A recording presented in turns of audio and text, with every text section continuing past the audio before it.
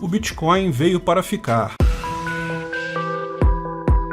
Esse é o Visão Libertária, sua fonte de informações descentralizadas e distribuídas. Nós libertários já falamos sobre o Bitcoin há bastante tempo, desde a origem da tecnologia, que foi realmente revolucionária lá em 2009. Nós libertários claramente percebemos que ela respondia uma daquelas tantas questões do mundo sem Estado. Veja, ninguém questiona que o Estado foi necessário em uma época da humanidade. Numa sociedade de informações escassas e limitadas, existem muito poucas formas de organização social que não descambem para a violência completa. E o Estado, cujo poder vem exatamente da assimetria de informação, era um desses arranjos. Não é à toa que em todo lugar existem Estados hoje. Eles eram a resposta correta no passado. Porém, conforme explicamos no vídeo por que o Estado vai desaparecer, lá no canal Ancapsu Classic, a informação livre e abundante remove a necessidade de um Estado. O Estado não é mais necessário, visto que qualquer função social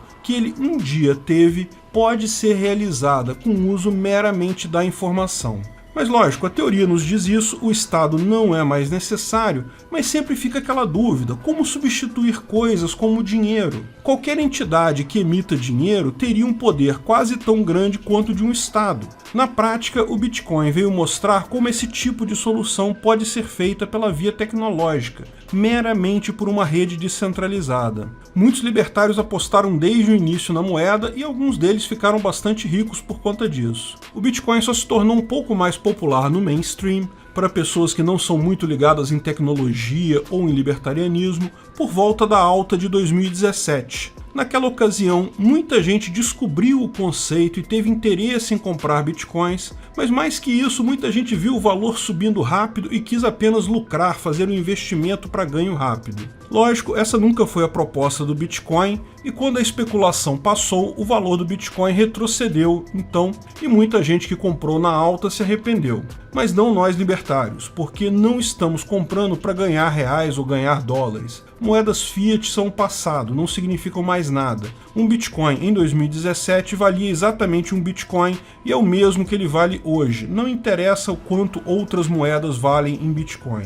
De qualquer forma, o termo ficou mais conhecido na sociedade. Recentemente, o Bitcoin voltou a ser manchete mundo afora, especialmente pela forte valorização no final do ano de 2020, quando atingiu o topo histórico da cotação em dólar. Usando a ferramenta Google Trends, vemos que desde o fim de 2017 o termo não tinha tanta procura. E, por ironia do destino, o termo printing money, ou imprimir dinheiro, também atingiu recorde de buscas em abril desse ano. Alguns outros indicadores também chamam atenção. De acordo com a Coinmetrics, o número de carteiras Bitcoin mais que dobrou em 2020, crescendo 105%. O volume de transações na rede e a força computacional também vem crescendo significativamente desde 2017. O site aponta como causa do sucesso do ouro digital o novo olhar que alguns investidores famosos estão dando ao ativo. Robert Kiyosaki, escritor do best-seller Pai Rico, Pai Pobre,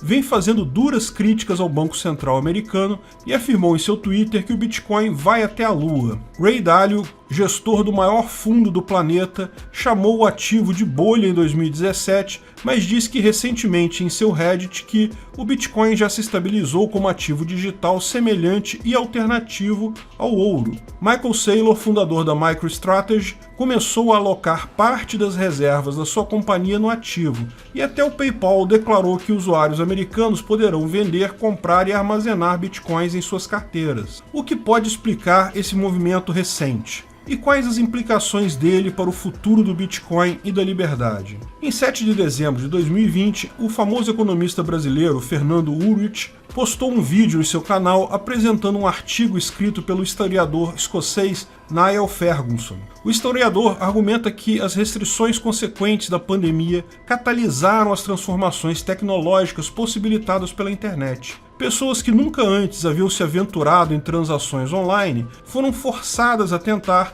pela simples razão que os bancos estavam fechados. Isso aumentou nossa exposição financeira ao Estado, visto que usando moeda estatal online não podemos não requerer nota fiscal. E por mais que o Bitcoin seja usado em diversas atividades ilegais, sejam elas éticas ou antiéticas, cada vez mais pessoas decentes buscam o ativo como forma de escapar dos olhares do governo e principalmente escapar da inevitável desvalorização dos papeizinhos coloridos lastreados em honestidade de político. Sim, aquela coisa que você conhece como dólar ou real. É um papelzinho colorido cujo único lastro é a honestidade do político. As massivas impressões de dinheiro feitas pelos bancos centrais de todos os lugares, veja, 37% de todos os dólares em circulação no mundo foram criados em 2020. O real também teve enormes impressões de dinheiro que fatalmente vão causar perda do valor da moeda, vão causar inflação.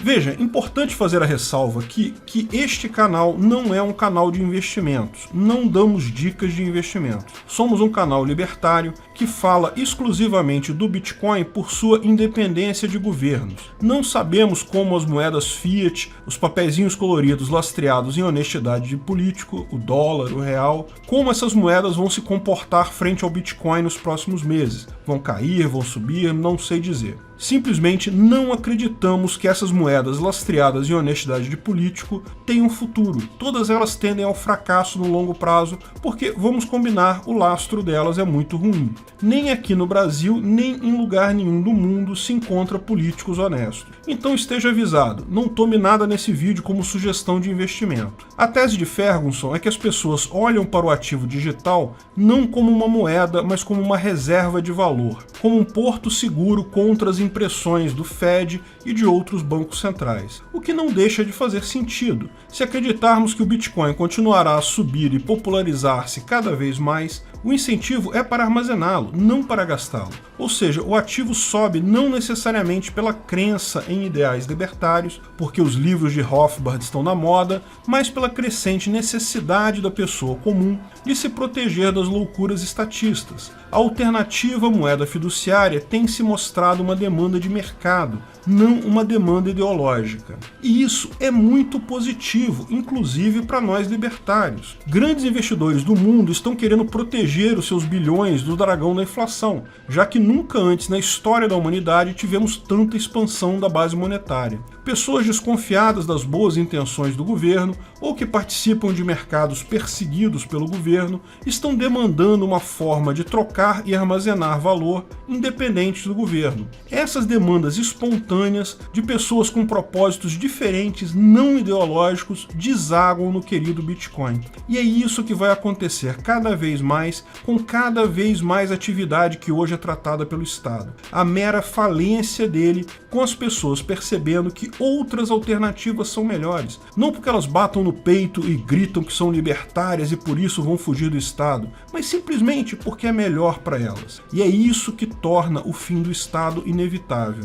A curto prazo, as arbitrariedades do Estado nessa pandemia foram um duro golpe contra as liberdades individuais. Mas essa é uma atitude desesperada de uma classe política parasítica e sem função social. O governo cada vez mais parece um parasita que não retorna absolutamente nenhum valor para a sociedade e começa a ver que a sociedade está percebendo essa inutilidade dele. Nessa linha, o autor cita a anticética jornalista financeira do Financial Times, Isabella Kaminska, que acredita que, em um futuro distópico no qual o mundo caminha para o autoritarismo e as liberdades civis não podem mais ser garantidas, o Bitcoin acaba sendo uma das possíveis válvulas de escape. Poderíamos complementar dizendo que o mundo caminha para o fim das liberdades civis garantidas pelo Estado, visto que o Estado vai cada vez avançar mais sobre elas. Mas isso não significa o fim das liberdades civis jusnaturais, porque elas estão simplesmente fora do alcance do Estado.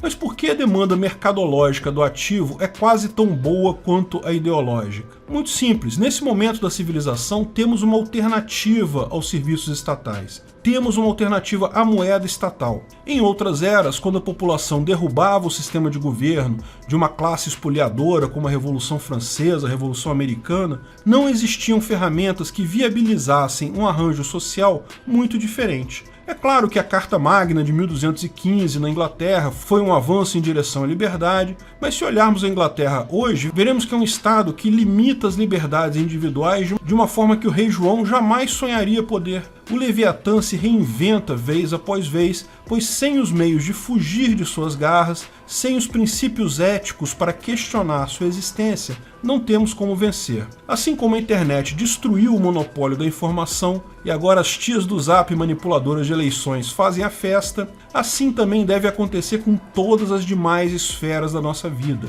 Um mundo libertário chegará pela conveniência, porque é mais fácil e barato de usar um serviço do mercado do que o equivalente do Estado. E essa busca pela facilidade e liberdade será feita numa escala individual, cada um construindo pouco a pouco a sua independência, o seu próprio ancapistão. A ética é fundamental para vivermos em sociedade, mas como diria Blaise Pascal, a justiça sem força é impotente. A força sem justiça é tirânica. Deve-se, pois, juntar força e a justiça, e para isso fazer o que é justo seja forte e o que é forte seja justo. É preciso tirar os diversos mecanismos da mais tirânica das instituições, o Estado, e dar alternativas de mercado para os seus serviços, ao mesmo tempo incentivar e ridicularizar a suposta moralidade ou autoridade ou legitimidade do governo, para que cada vez mais as pessoas se sintam livres em desobedecer os caprichos dos burocratas. A fiscalização se torna impossível no final das contas.